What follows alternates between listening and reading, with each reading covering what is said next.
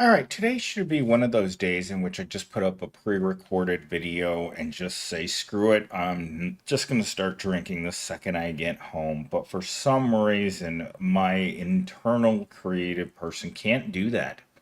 Today was one of the most soul-crushing days I have had in the corporate world in my entire life.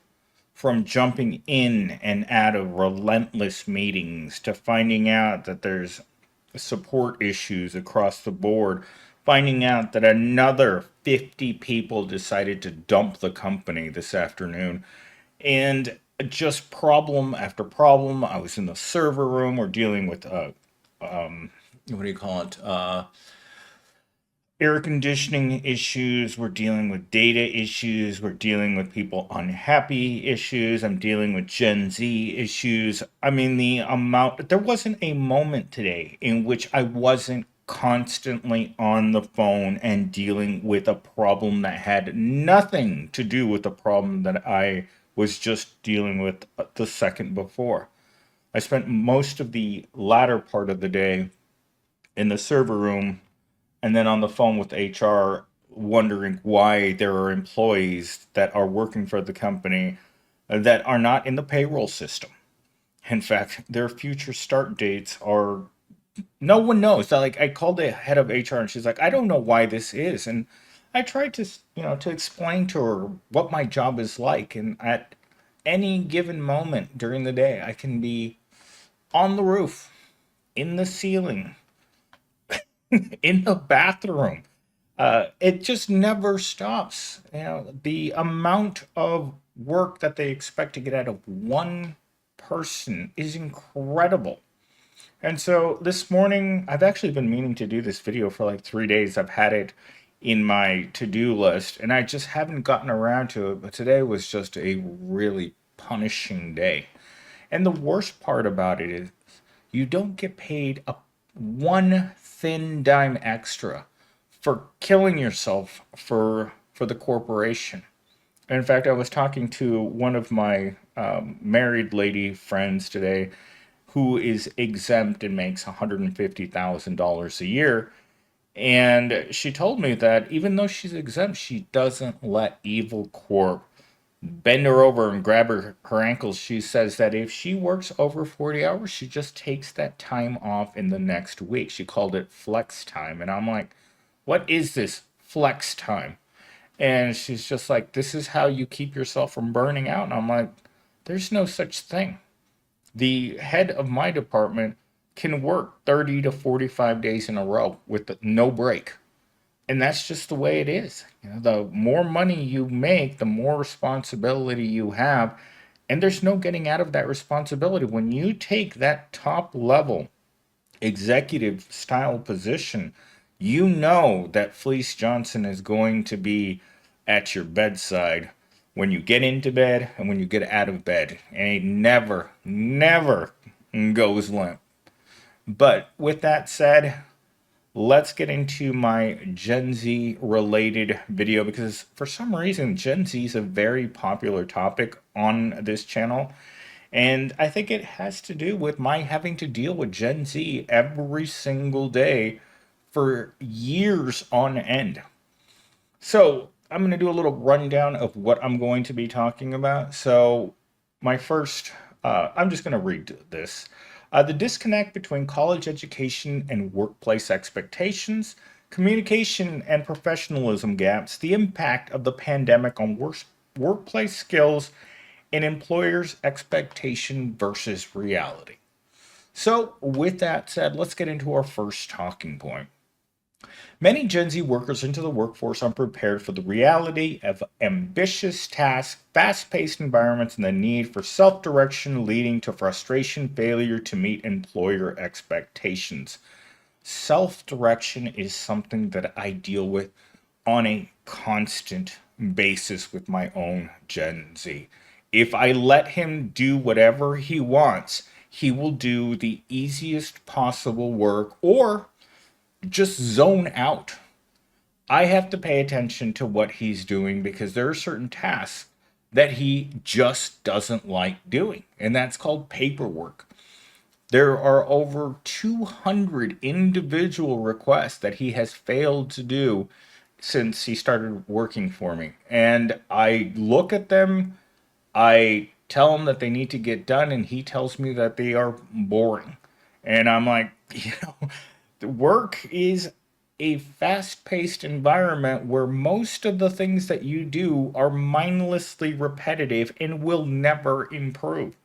And just like your hourly pay, it will never improve. In fact, I was talking to one of my other senior level workers, coworkers today, and he's like, "We're just going to be training Gen Z for the rest of our lives because no one else can afford to work for sub $20 an hour. No one else wants to do mindless repetitive work, and no one else is going to apply to these jobs. And therefore, Gen Z is going to have a tough nut. This isn't in this article, but the parent article that I used in order to create this outline said that 1 in 7 employers are choosing not to hire Gen Z or are firing them so quickly out of college that they're having difficulty meeting the needs of the corporation because they want senior level employees that can do all of the things that I can do. From moment to moment, I have to be very adaptive in my job. I can't find that, and I shouldn't find that in a sub $20 an hour position.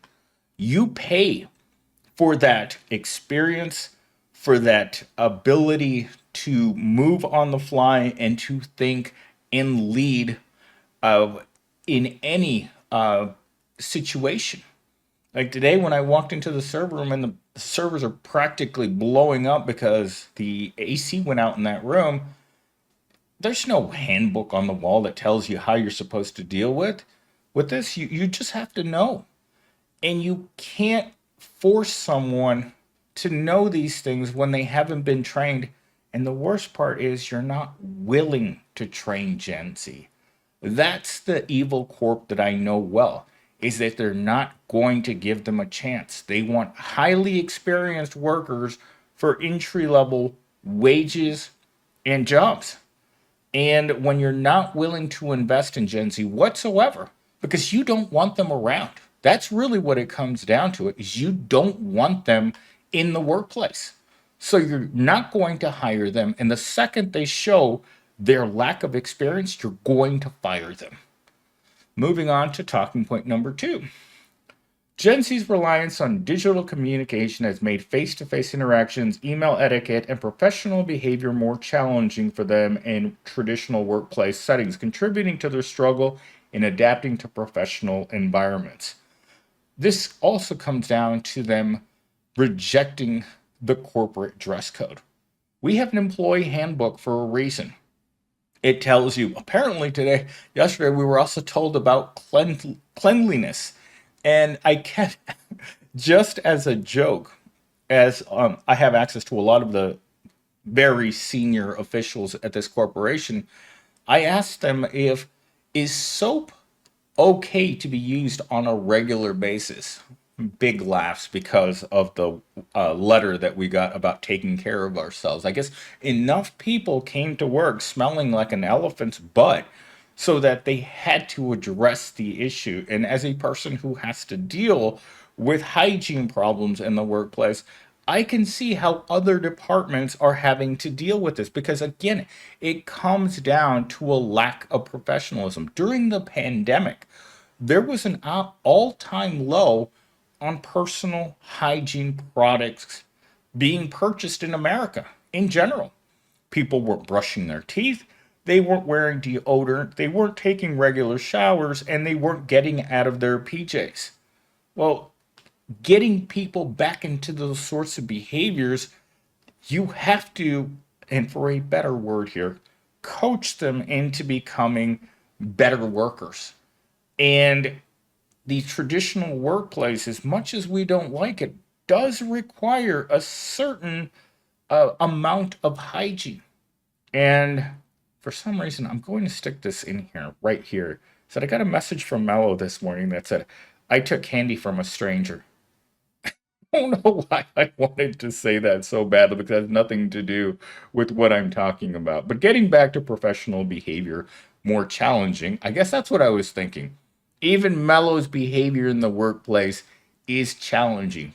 Remember, kids, if a stranger offers you candy, don't take it. If a stranger offers you a Tootsie Roll, especially don't take it because you don't need to know how many licks it takes to get to the center. That is going in the wrong direction. Let's just do a U turn and make our way into our next talking point.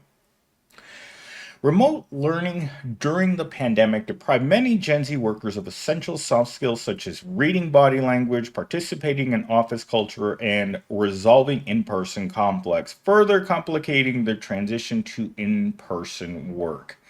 I have had this problem, not with this Gen Z, but the last two Gen Z. Eye contact was almost impossible to get because they don't like talking on the phone. They don't turn on their webcams when having an interaction with them. And in fact, today I had one of the most uncomfortable interactions with a manager in another state because he turned on his webcam. And I was looking at its lack of hygiene. And I was like, you know what? This guy probably smells pretty funky. And I'm glad that we're having this interaction. But I don't have a picture and I never turn on my webcam. I've had a few people tell me that they can't talk to me unless they can see me. But again, it's not really necessary. And as for soft skills, Gen Z has no soft skills. Gen Z's been locked in a room with very little human contact. And now I'm talking about all kinds of contact. And that means that when they interact with other people, they assume that the other person feels exactly the way that you do about them. And the only thing that I can bring to this, as in my own personal experiences, is that when you meet a person of the opposite sex and they're instantly repulsed by you, I'm not saying that they give you even the slightest chance. You get the fact that they don't want to talk to you right from the get go. And if you don't have the ability to turn that around, especially in a professional setting, then that's going to be a recipe for complete work disaster. Not being able to read body language is, I would consider it to be a mental handicap. I've talked about being on the spectrum because I've talked to a few psychology people, and we've come to the conclusion, like most of you have, is that everyone is on the spectrum, whether you're low functioning or you're high functioning. But some people are so low functioning, and it's not because I can't use the R word because I will get in trouble through YouTube by it not showing my videos. But some people truly do display a total lack of ability that should be innate in the way that they handle themselves. And they don't. So, participation in office culture, and I'm a person who had to be forced into participation, into what would have been considered fun activities for work.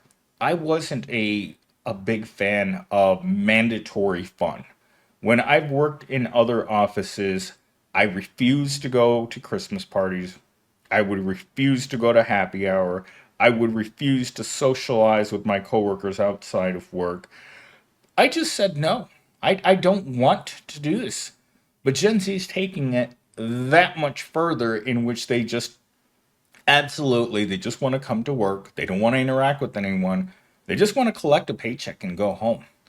And that's just not possible in a world where you're doing the job of 5 to 10 people on any given day simultaneously. It's not like they give you a break.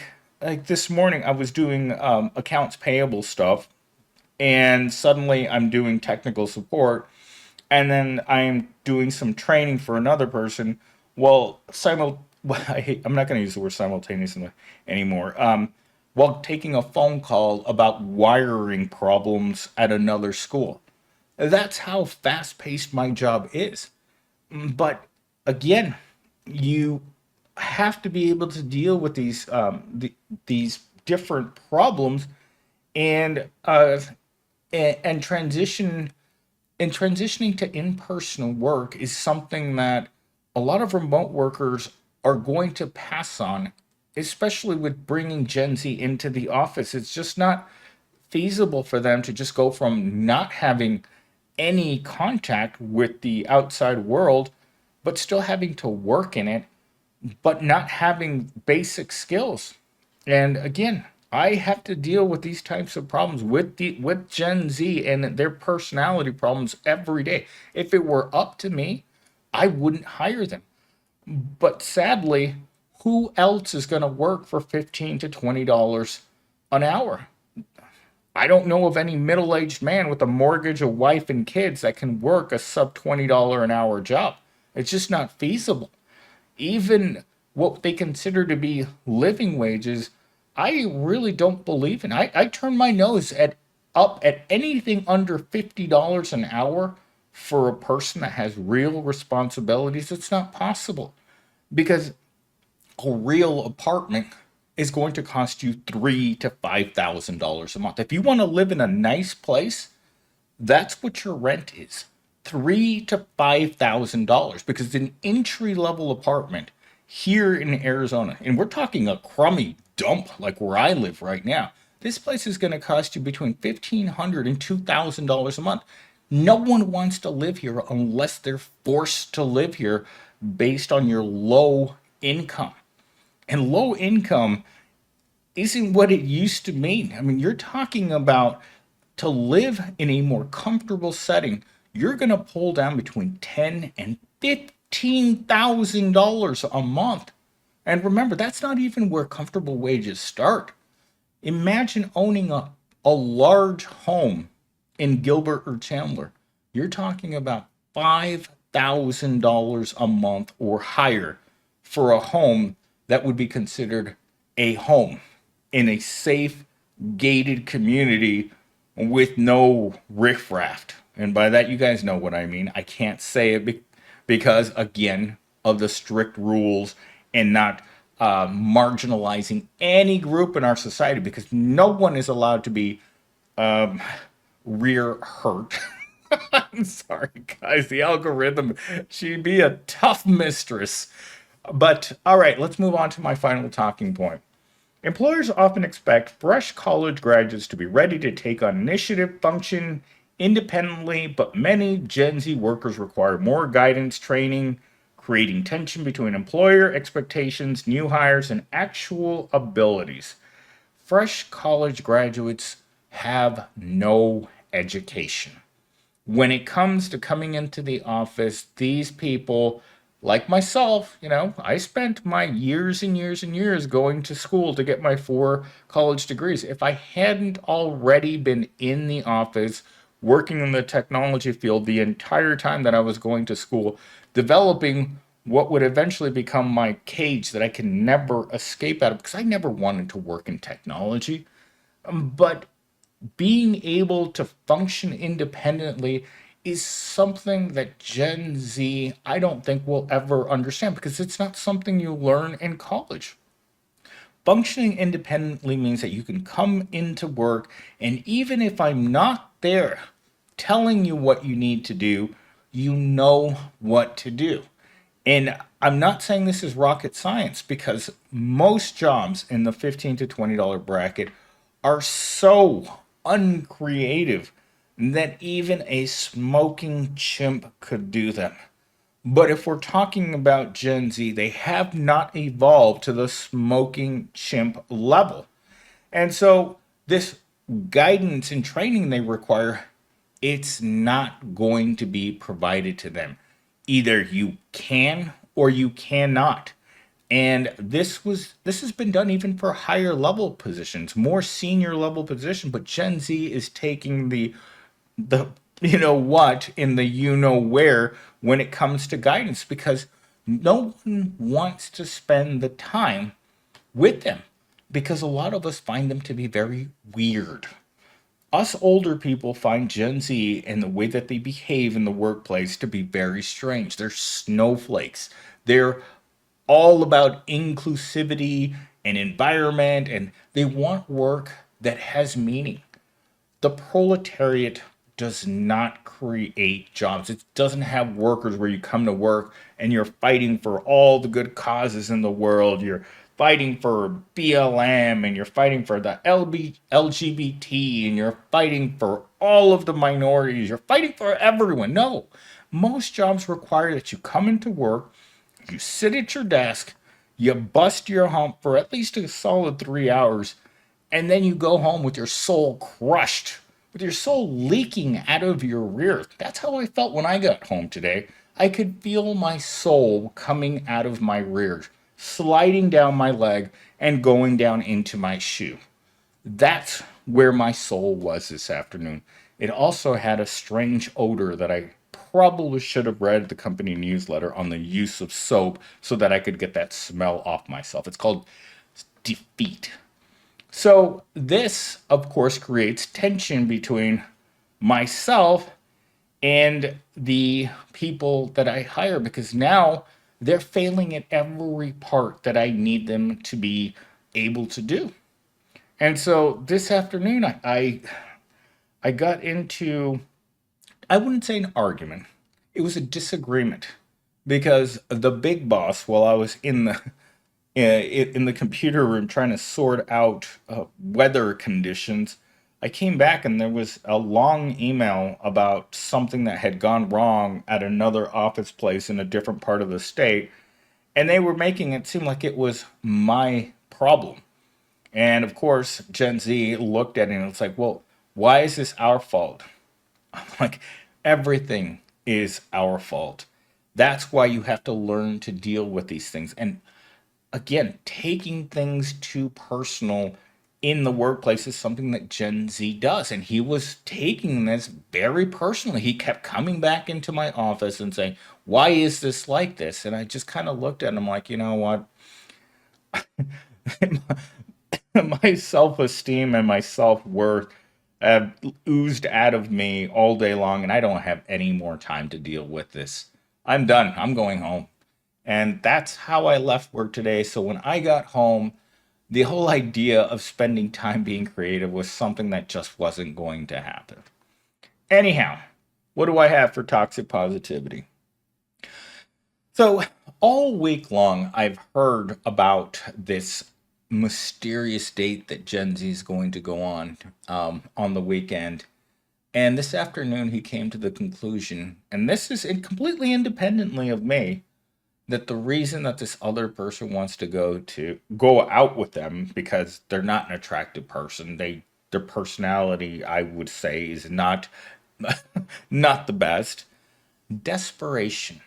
It finally hit him after 4 days of talking to this person, of like building up this excitement about a potential romantic encounter, that the reason that this was all happening was sheer desperation on her part, that she's tried everything else. And once you try everything else, once you've been on the websites, once you've been to the bars, once you've been in college for a while, and then you come out of college and you come out of a bunch of bad relationships and there's nothing good out there for you, you have to learn that you're going to have to settle for that guy with the alcohol problem, with the womanizing problem, with the substance problem, with anger management problems, that's also disabled and occasionally can't even get the limp biscuit going for any amount of action.